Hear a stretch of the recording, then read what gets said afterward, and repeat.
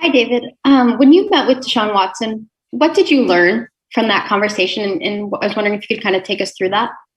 Well, that any conversations that we have with any of our players are always private conversation.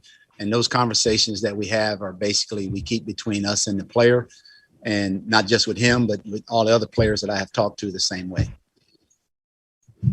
Aaron Wilson. Hey, David. When a player submits a trade request, how do you guys handle that? Because obviously you want everyone to be all in and, excited about playing for you guys. So how do you handle when a player does request a trade like Deshaun Watson and make that known, that how he feels? Thank you. Well, that's just something that, you'd have to talk to Nick about. That's not, I'm here to coach the football team. Those kind of situations I revert to Nick. John McClain.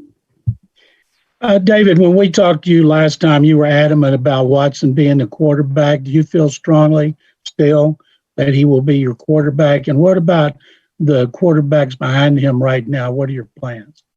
We are very committed to Deshaun as our quarterback. He is our quarterback. He's the only guy we got under contract at this time right now. Nick and our personnel department are in the process of looking at other guys out there right now. And we're going through that process daily, and we'll continue to do that. Aaron Reese. Hi, David. The Deshaun's trade request has obviously kind of created somewhat of a negative perception around this team. I'm just wondering what would be your pitch to a free agent or any player kind of as to why this should be a team they should want to play for, given kind of everything that's been circling around the team recently? Well, I'm not really sure about whatever's circling around outside the team. All I know is what's inside the team, and it's very positive. It's been positive since I've been here, and everybody that walks through this building feels that same positivity. And any free agents that we bring in or we have brought in have been the same way about that, and we feel real good about that. Christy Reekin. What do you view as some of the biggest needs for your team as you enter free agency? Well, you know what? Each year the team changes. And at that point, we look at everybody from top to bottom. We look at all positions. And you always want to upgrade those positions. And basically, the reason you want to do that is because you create competition. Competition makes everybody better. And you're always trying to do that through free agency. You do that through the draft. And that's a yearly thing. And that's something that we're trying to do right now. Brian Smith. David, I know you just said that the Texans are committed to Deshaun, which is obviously understandable, but do you believe that you can still get him to change his mind? He's never for months now ever said that he wants to play for the Texans. So fans that really still don't understand what's going on. The media doesn't really understand what's going on other than the frustration. Does the organization believe that you can get him to change his mind? Well, it's not a matter of me trying to change anybody's mind. As I said before, right now we're committed to him. He's a Houston Texan, and we're going to move forward with that. But if he doesn't want to be a Houston Texan, how does this situation get resolved? I don't know about him not wanting to be a Houston Texan, but what I hear from the outside, I just know that he's a Houston Texan. He's ours. We're committed to him, and we're going to go with that. Mark Berman. David, if you don't mind me changing the subject, how important was it to you, and what does it mean to you to have Romeo Crennel on the staff and as a resource? Well, obviously, he's been on football teams that's been multi-Super Bowl winners. He's two different football teams. He's got a wealth of experience. He's been a head coach. He's a guy that I have the utmost confidence in. He's kind of been a mentor to me throughout my career in the NFL. Romeo was a guy that when I was a senior in high school recruited me out of high school. So I go way back with Romeo and has followed his career. And as my career has gone up, I've talked to him many, many times, and I'm so elated to be able to have him here with us to be able to bounce things off of him. Vanessa Richardson. Hey, David, a franchise quarterback is the hardest thing maybe in all of sports to get. You guys have an elite franchise quarterback, and he apparently wants out. What does your contingency plan become as head coach if training camp comes around and he's not showing up? as of right now, there is no contingency plan from the standpoint of he is a Houston Texan, and basically that's how we're moving forward with it. We're committed to him, as I said before. Thank you. Sorry, Coach. Matt Musial. Hey, David. I just have a question. Jack Easterby worked very closely with Bill O'Brien when he was head coach, and then he became interim GM. How closely is he working with you now that you're the head coach? And when you and Nick talk about personnel, how involved is Jack? Well, Nick is the general manager. I'm the head coach. Jack is he's vice president of football operations, which involves a bunch of things. It involves scheduling. It involves logistics around the building. It involves a bunch of things that go on here that he does a wonderful job of doing. And basically, it's a multitude of responsibilities. But as far as personnel, general manager is Nick. Nick handles all personnel. Diana Rossini, go ahead. Thank you. Hey, Coach. Hello. Are you trading Deshaun Watson? Excuse me? Are you guys trading Deshaun Watson? Deshaun Watson is a Houston Texan, and we're committed to him. Thank you. Brandon Scott. Hey, Coach Culley, how do you guys create an identity around the team and a vision for the team without knowing for sure who the quarterback, if you don't know for sure who the quarterback is going to be in 2020? Well, that's something that we would deal with it if we ever got in that situation. We're not in that situation right now, and if that situation ever came up, we would deal with that situation when we got to that point. Jerome Solomon. Coach, I want to ask you, has your level of enthusiasm changed at all now that you've been in the building for a month or so? And also, every coach I've ever known had a wish list or his dream list of the staff that he was going to put together if he ever got the opportunity that you have. How many of those people on your list made your coaching staff, and what do you think of your staff in general? Well, the first thing is about my enthusiasm. It's gone through the roof right now. It's gone up even more. If you saw me before then, you see me now and you hear me now, you'll see it's gone through the roof, and it's getting higher and higher every day as I get excited about this football team and where we're headed. As far as the coaching staff, I've been very excited about the guys that are on our staff right now. We've been very fortunate. I've got teachers. We've got guys that have the same vision that we have here as far as moving forward and teaching and coaching. And I couldn't be more excited about that. DP. Hi, Coach. What are your expectations for some of the second-year rookies? Obviously, last year was such a weird offseason, and guys like Jonathan Grenard and Ross Blacklock, they got playing time as the season went on, but now with a new coaching staff, maybe a new scheme, what are your expectations for them, and how do you manage that transition for those guys? Well, we're evaluating a roster right now. We're evaluating everybody. And we have the same expectations for all of those guys, is to be better than they were before. And we expect the same thing out of all of those guys, not just the rookies. Adam Muxler. Hey, Coach Culley, you've said repeatedly the team is committed to Deshaun Watson. Is he committed to you and the team? Yes, he is. How do you know that?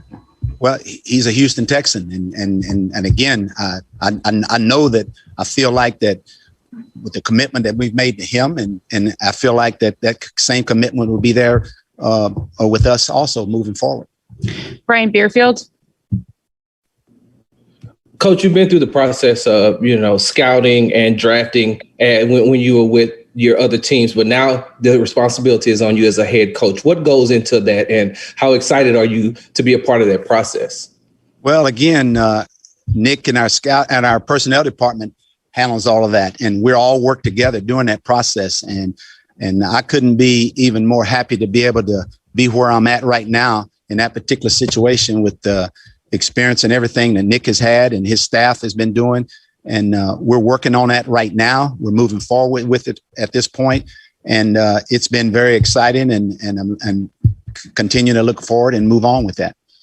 Ron Hughley. Hey, Coach, I know earlier you said that you haven't heard a lot of the noise going on around, but it's been pretty loud. I'm just curious with the quarterback situation, everything set up. Do you feel like you have been put in a place, in a position to succeed here as the coach? Without a doubt, 100% in a situation to be able to succeed. Well, when the McNair family hired me, knowing that Nick was here, and part of that process is, I mean, I couldn't be in a better place to be able to be successful going through my first time than what I am right here. Jason Bristol. Hi, David. I was wondering if you could maybe characterize the offense you envision. I know certainly you have the same offensive coordinator in Tim Culley. Will it be basically that same offense that Tim ran before, or what do you envision moving forward? Well, we envision it being an offense, first of all, that in all offenses in this league, first and foremost, you want to make sure you're a turnover-free type offense. Tim did a nice job with this football team last year offensively. As an offensive staff here, it'll be a collaboration of direction that we go in, and that direction will determine on our personnel. And we're going to do what we feel like is best for our personnel. And I felt like last year that Tim did a great job of doing that, and I foresee that moving forward. John McClain. David, you can't turn around a team in one off season. What are 2 or 3 things that you think are the most important for turning around a team that you might be able to accomplish in one off season? Well, the thing is competition, competition, getting players in here, because the team changes each year. And when the team changes, you go out and you look for people to bring in for competition to be able to make it better. And I feel like right now with what we're doing, Nick and our personnel staff is doing with free agency and with the draft coming up, that's the best way and the quickest way to be able to get things moving in the direction that you want to do, is creating competition. And that's why we're bringing in the people that we're bringing in. And that's why we're evaluating the people that we're evaluating. Mark Berman.